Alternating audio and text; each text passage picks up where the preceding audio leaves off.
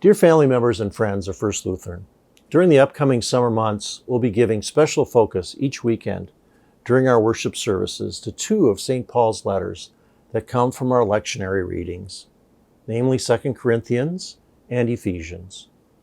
Both of these New Testament books give us an excellent insight into the nature of Christ's church and how Christ's ongoing Spirit continues to be present with us as His church, to guide and offer hope in the ministry and mission that we share together and with others in His name.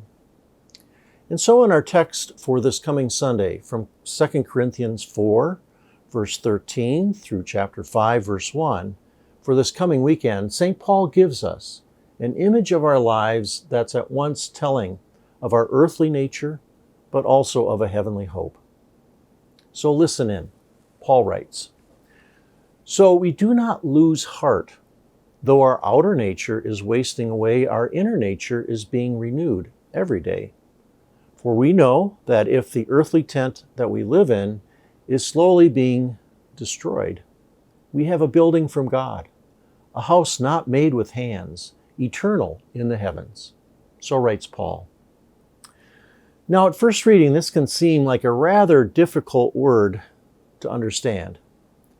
However, if we join it together with the sacrament of Holy Communion that we'll be celebrating together this weekend, I think it has a profound and personal touch for our lives, for body and soul.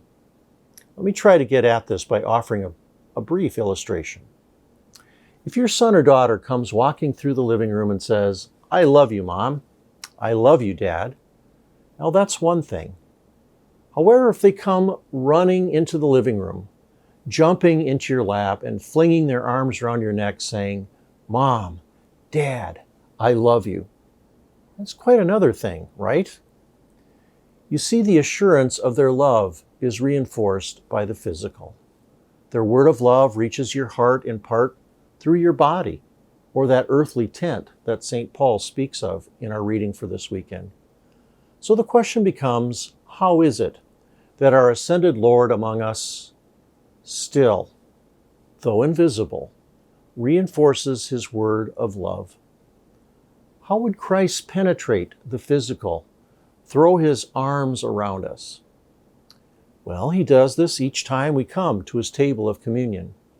Like the hug of your daughter or son or grandchildren, it's not mere exhibit or some kind of symbol, but rather they carry their love.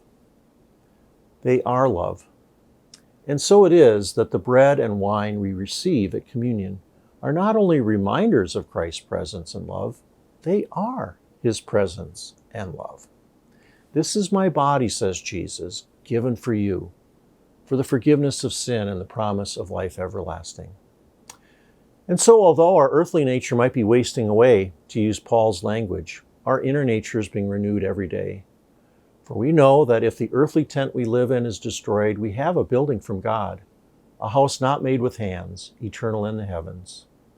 And so this weekend we'll be hearing God's word for us as He comes to us in His Holy Supper, body and soul. This weekend, come and join us in person for worship at our Saturday evening worship service with Holy Communion at 5 p.m., or join us in person for worship at our Sunday morning worship services at 9, our traditional service, and at 11, our contemporary service, both of which will include Holy Communion. These two Sunday worship services will also be live streamed.